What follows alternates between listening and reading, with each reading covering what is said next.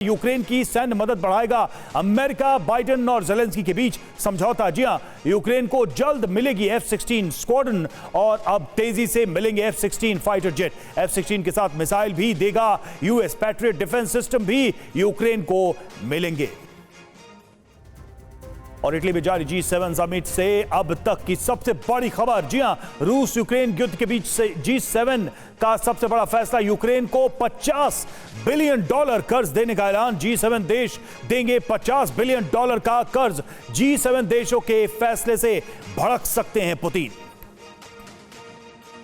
और अब big wall के माध्यम से आपको हम समझाते हैं कि यूक्रेन को मिलने वाली आर्थिक मदद कैसे जंग की आग में घी डालने जैसा है। जल्दी से देखते हैं G7 में जो ये निर्णय हुआ, जो समझौता, वो क्या है। यूरोपीय आयोग की अध्यक्ष का ऐलान हुआ है G7 के तहत, और सभी G7 देश देंगे यूक्रेन को आर्थिक मदद, बड़े राहत पैकेज, बड़े आर्थिक मदद की घोषणा की गई है। यूरोप में रूसी संपत्तियों को से ये धन जमा हुआ है। आपको याद होगा रशियन एसेट्स को जब्त किया गया था और उससे यह धन जमा हुआ जिससे अब मदद होगी। रूसी संपत्तियों को G7 देशों ने बेचा, उससे एक फंड कलेक्ट किया। यूक्रेन को मिलेगा $50 अरब का कर्ज। ये बड़ा फैसला और इससे युद्ध की आग और भड़क सकती है।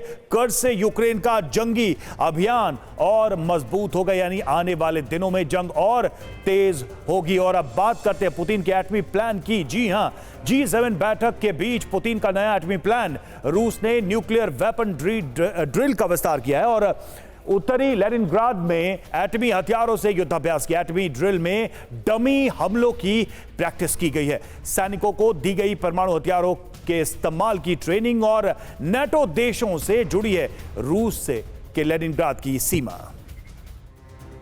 तो एक तरफ जेलेंस्की इटली में है, G7 की बैठक में हिस्सा ले रहे हैं। अमेरिका यूक्रेन की सैन्य मदद बढ़ा रहा है, तो वहीं दूसरी तरफ पुतिन पश्चिमी देशों के खिलाफ न्यूक्लियर प्लान तैयार कर रहे हैं। नेटो देशों की सीमा के पास पुतिन एटमी एक्सरसाइज कर रहे हैं। मतलब साफ है, वो मॉस्को से इटली तक संदेश देना चाहते हैं कि यूक्रेन के खिलाफ जंग में रुकने वाले नहीं हैं। और अगर नेटो देश यूक्रेन की मदद करते हैं तो पुतिन के परमाणु हथियार वहां भी महाविध्वंस मचाएंगे। यह बिल्कुल अपने आप में साफ है, स्पष्ट है। और G7 के बीच पुतिन का एटमी प्लान क्या है और रूस कैसी तैयारी कर रहा है, अब यह भी समझिए कि क्या तैयारी है पुतिन की। तो G7 में जेलेंस्की को सैन्य और आर्थिक मदद देने पर फैसला हुआ है। पुतिन की सेना ने नई न्यूक्लियर वेपन की ड्रिल शुरू कर दी है। उत्तरी लेनिनग्राद के सैनिकों ने ड्रिल में हिस्सा लिया। सैनिकों को परमाणु हथियार चलाने की ट्रेनिंग दी गई। नॉर्वे, फिनलैंड, पोलैंड से जुड़ी है लेनिनग्राद की सीमा और रूस ने अपने चारों तरफ परमाणु कवच तैयार किया। आर्कटिक से काला सागर तक न्यूक्लियर हथियारों की तैनाती। जी हां, सैनिकों को समंदर में क्रूज मिसाइलों से हमले की ट्रेनिंग दी गई और साफ ये संकेत है कि रूस कोई भी बड़ा एक्शन ले सकता है। मनीष हमारे साथ इस वक्त जुड़े। मनीष, लगातार ऐसे फैसले लिए जा रहे हैं, ऐसा निर्णय लिया जा रहा है जिससे पुतिन भड़कते जाएं और युद्ध की आग और बढ़ती जाए। ये जो आर्थिक मदद, ये जो सैन्य मदद देने का ऐलान किया गया और वो भी तब जब रशियन एसेट्स को बेचकर फंड जमा किया गया, जाहिर सी बात है पुतिन कोई बड़ा कदम उठा सकते हैं। क्या हो सकता है पुतिन की तरफ से बड़ा विध्वंसक कदम? देखिए, पुतिन की नज़र से देखें तो पुतिन या क्रेमलिन और रूस को यह लगता है कि जिस तरीके से अमेरिका लगातार पुश कर रहा है तमाम देशों को, और ऐसे में रूस वर्सेस नाटो या फिर रूस वर्सेस कई यूरोपीय देशों की जंग कभी भी शुरू हो सकती है और वो उसके लिए तैयार होना चाहते हैं। मसलन लेनिनग्राद वो इलाका है जो रूस के मुख्य भूभाग से दूर है, लेकिन वो यूरोप के कई देशों के पास है। और ऐसी स्थिति में जब जंग शुरू हो तो लेनिनग्राद पर ही सबसे पहले कब्जा होगा। इसलिए पुतिन ने वहाँ पर तमाम तरह के न्यूक्लियर वेपन को डिप्लॉय कर रखा है। वो लगातार अपने न्यूक्लियर ड्रिल के जरिए ये बताने की कोशिश कर रहे हैं कि रूस को हराया नहीं जा सकता है जिसके पास 6000 से ज़्यादा न्यूक्लियर वेपन हो, और इसीलिए वो इटली तक ये संदेश देना चाह रहे हैं। हाँ, अब बहरहाल अब ये देखने वाली बात होगी कि क्या अमेरिका या नाटो देश ये मानने के लिए तैयार हैं या वो हर हालत में रूस को इतना प्रोवोक करना चाहते हैं जिससे कि पुतिन मजबूरी में आकर न्यूक्लियर वेपन का इस्तेमाल कर लेंगे। शुक्रिया मनीष, आपका हमसे जुड़ने के लिए, हमसे बातचीत करने के लिए। G7 समिट में शामिल होंगे पीएम मोदी। G7 समिट के लिए इटली पहुंचे पीएम मोदी। G7 देशों के राष्ट्राध्यक्षों से होगी मुलाकात। मैक्रो, सुनक, किशिदा से वार्ता होगी और मेलोनी के साथ करेंगे द्विपक्षीय बैठक। और G7 समिट में शिरकत करने इटली पहुंचे पीएम मोदी ने सोशल मीडिया पर पोस्ट भी शेयर किया। उन्होंने लिखा कि वैश्विक नेताओं के साथ सार्थक बातचीत में शामिल होने के लिए उत्सुक हैं। हम साथ मिलकर वैश्विक मुद्दों का समाधान करना चाहते हैं और बेहतर भविष्य के लिए अंतर्राष्ट्रीय सहयोग को प्रोत्साहित करना चाहते हैं, यह प्रधानमंत्री ने कहा है। और निश्चित तौर पर आने वाले समय में G7 देशों के साथ भारत के संबंधों को और बेहतर बनाने की दिशा में यह एक संकेत है। G7 में पीएम मोदी आज विश्व के कौन कौन से पावरफुल राष्ट्राध्यक्षों के साथ होंगे, यह भी देख लीजिए। इस पर भी एक नजर डालते हैं। G7 में पीएम की किस किस नेता से होगी मुलाकात। जो बाइडेन, अमेरिकी राष्ट्रपति, इनसे मुलाकात हो सकती है। दोपहर 2:15 पर फ्रांस के राष्ट्रपति मैनुअल मैक्रों से मुलाकात का कार्यक्रम। और दोपहर 2:40 पर ब्रिटेन के प्रधानमंत्री ऋषि सुनक से प्रधानमंत्री की होगी मुलाकात। दोपहर 3:30 बजे यूक्रेन के राष्ट्रपति व्लादिमीर जेलेंस्की के साथ होगी मुलाकात। और रात 9 बजे कनाडा के प्रधानमंत्री जस्टिन ट्रूडो, रात 9:20 में जर्मनी के चांसलर ओलाफ शोल्ज से प्रधानमंत्री की मुलाकात होगी। और 9:50 पर इटली की प्रधानमंत्री जॉर्जिया मेलोनी से मुलाकात होगी। रात 11 बजे जापान के प्रधानमंत्री फूमियो किशिदा से प्रधानमंत्री नरेंद्र मोदी की होगी मुलाकात। और देखिए, इटली में जारी G7 समिट के बीच ग्लोबल लीडर्स से जुड़ी एक और दिलचस्प खबर है। इटली में स्काई डाइविंग देखने पहुंचे G7 लीडर। G7 देशों के ध्वज के साथ पैराशूट लैंडिंग। G7 राष्ट्राध्यक्षों की मौजूदगी में पैराशूट उत्साहित दिखे G7 लीडर। G7 लीडर्स ने ताली बजाकर अभिवादन किया।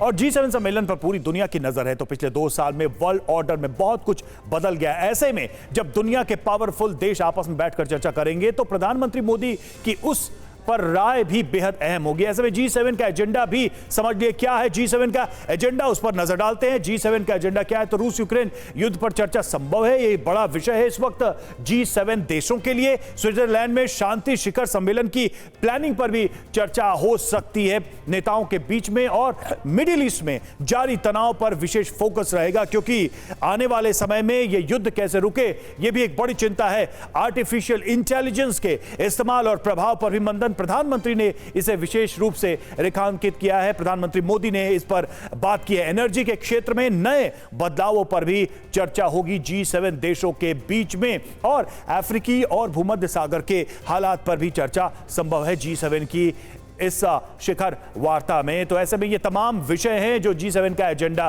रहेंगे। और लगातार तीसरी बार प्रधानमंत्री बनने के बाद पीएम मोदी की ये पहली विदेश यात्रा है। 2014 में प्रधानमंत्री बनने के बाद वो भूटान गए। 2019 में शपथ लेने के बाद सबसे पहले मालदीव का दौरा किया और इस बार वो इटली के लिए रवाना हुआ। G7 में पीएम मोदी दुनिया के पावरफुल नेताओं के साथ 1-to-1 मीटिंग कर रहे हैं। और अब अगली खबर भारतीय इकोनॉमी को गुड न्यूज देने वाली है। जी हां, मूडीज ने जारी की है दूसरी छमाही की रिपोर्ट। भारत तेजी से बढ़ने वाली अर्थव्यवस्था बना रहेगा। भारत पिछले साल से जारी रफ्तार को बनाए रखेगा, यह मूडीज की रिपोर्ट में दावा किया गया है। तो मूडीज की रिपोर्ट में क्या कहा गया है आपको वो भी हम जल्दी से बताते हैं। एशिया प्रशांत क्षेत्र के लिए दूसरी छमाही की रिपोर्ट आई है। भारत एशिया प्रशांत क्षेत्र की सबसे तेजी से बढ़ने वाली अर्थव्यवस्था बना रहेगा। भारत, इंडोनेशिया, फिलीपींस पहली छमाही में वृद्धि में सबसे आगे रहे हैं। निर्यात, स्थानीय मांग, बुनियादी ढांचे पर बेहतर प्रदर्शन जारी और मजबूत कॉर्पोरेट लोन के चलते अर्थव्यवस्थाओं में तेजी की भी बात कही गई है मूडीज की इस रिपोर्ट में। अब चलिए आगे बढ़ते हैं, बात करते हैं जम्मू कश्मीर की। जम्मू कश्मीर के में जो आतंकी सक्रिय हुए हैं उनको बेनकाब करने वाले एजेंडे की बात। जी हां, जम्मू में आतंकियों के खिलाफ जगह जगह सर्च ऑपरेशन जारी है। सेना और जम्मू कश्मीर पुलिस के तलाशी अभियान जारी है। कठुआ, डोडा और हीरा नगर में तलाशी अभियान चल रहा है। जम्मू पठानकोट हाईवे पर गाड़ियों की चेकिंग की जा रही है। लगातार आतंकियों पर प्रहार करने के लिए ये सारे ऑपरेशन और सर्च अभियान चलाए जा रहे हैं।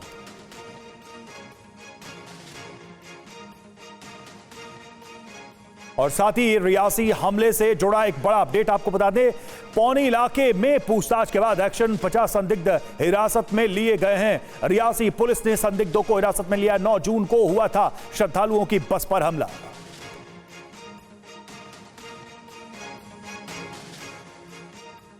अगली बड़ी खबर का करेंगे रुख और बात जम्मू कश्मीर के जंगलों को आग से बचाने के एजेंडे की। जी हां, जम्मू कश्मीर के जंगलों में भीषण आग लगी हुई है। उधमपुर जिले के जंगल में लगी है आग। 4 दिन से कालदी वन क्षेत्र में आग लगी हुई है, तो जंगल का एक बड़ा हिस्सा जलकर खाक हो गया है। इस अग्निकांड में करोड़ों रुपए की वन संपदा का नुकसान हुआ है। पशु पक्षी भी आग की चपेट में आ रहे हैं। कई रिहायशी इलाकों में भी आग पहुंच चुकी है। पुंछ, कठुआ, राजौरी के जंगलों में यह आग फैलती जा रही है। रियासी में आग लगाने वाले 2 लोगों की शिनाख्त की गई है। वायुसेना के हेलीकॉप्टर तैनात करने की अपील की गई है।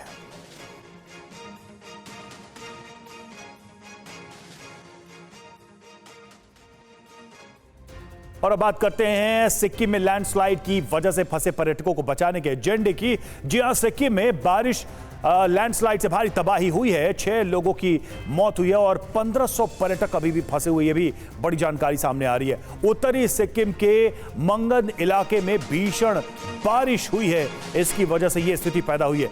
6 लोगों की मौत हुई है, 1500 पर्यटक अभी भी फंसे हुए हैं बारिश और लैंडस्लाइड की वजह से सिक्किम में। तो सिक्किम के मंगन जिले में भारी बारिश हुई है और लैंडस्लाइड हुआ है, उसकी वजह से यह स्थिति पैदा हुई है।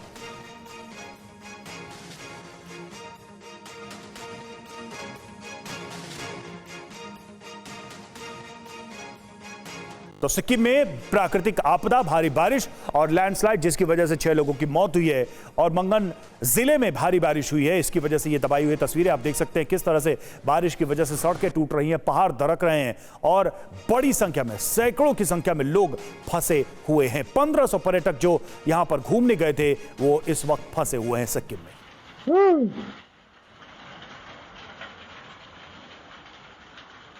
और सिक्किम में कुदरत के क्रोध की ये 4 तस्वीरें हम आपको दिखाने जा रहे हैं। कैसे सड़कें धंस रही हैं, गाड़ियां मलबे में फंसी हुई हैं। लैंडस्लाइड से कई जगहों पर भारी नुकसान की खबर है। उत्तरी सिक्किम में तबाही ज्यादा है, कई जगहों पर पर्यटक फंसे हुए हैं। और सिक्किम में कुदरत ने कैसे तबाही मचाई है, अब आपको वो भी हम दिखाने जा रहे हैं, वो भी बताने जा रहे हैं। मंगन जिले में मूसलाधार बारिश हुई है, कई जगहों पर लैंडस्लाइड से तबाही हुई है और संगकालांग में एक नवनिर्मित, एक बिल्कुल फ्रेश बना हुआ पुल ढह गया है। मंगन जिले का दोजोंगू चुंगथांग से संपर्क टूट गया है और लैंडस्लाइड से सड़कें टूट गई हैं, कई मकान ढह गए हैं। तीस्ता नदी खतरे के निशान से ऊपर बह रही है और अभी तक जो जानकारी सामने आई है उसमें यह बताया गया है कि 6 लोगों की मौत हुई है, 1500 पर्यटक कई जगहों पर फंसे हुए हैं। और सिक्किम की मूसलाधार बारिश का असर पश्चिम बंगाल तक देखने को मिला है। 2 तस्वीरें हम आपको दिखाने जा रहे हैं। पहली तस्वीर में सिक्किम की नदी में सैलाब बह रहा है। दूसरी तस्वीर बंगाल के कालिंपोंग जिले की है, जहां तीस्ता नदी में बाढ़ आने की वजह से नदी किनारे बने कई घर तबाह हो गए हैं, वहीं कुछ घरों में पानी भर गया है। तो नॉर्थ ईस्ट में किस तरह से बारिश की वजह से तबाही है, इन तस्वीरों से साफ पता चल रहा है। और अब बात करते हैं कुवैत फायर की। जी हां, अग्निकांड जो हुआ कुवैत में, उससे जुड़ा एक बड़ा अपडेट आपको दे दे। 45 शवों को लेकर वायुसेना का विमान रवाना हो चुका है। वायुसेना के विमान ने कोच्चि के लिए उड़ान भरी है। 45 शवों को लेकर वायुसेना का यह विमान वहां से रवाना हो चुका है और विमान में विदेश राज्य मंत्री भी मौजूद हैं। कुवैत में जो अग्निकांड हुआ था उसमें भारतीयों की बड़ी संख्या में मौत हुई थी और उनके शवों को सुरक्षित उनके परिजनों को सौंपने के लिए वायुसेना का यह विमान रवाना हो चुका है। वहीं केरल के कोचीन अंतर्राष्ट्रीय हवाई अड्डे पर पुलिस बल और एम्बुलेंस तैनात है। यहीं पर कुवैत अग्निकांड से मारे गए 45 भारतीयों के शवों को लेकर भारतीय वायुसेना का विमान पहुंचेगा।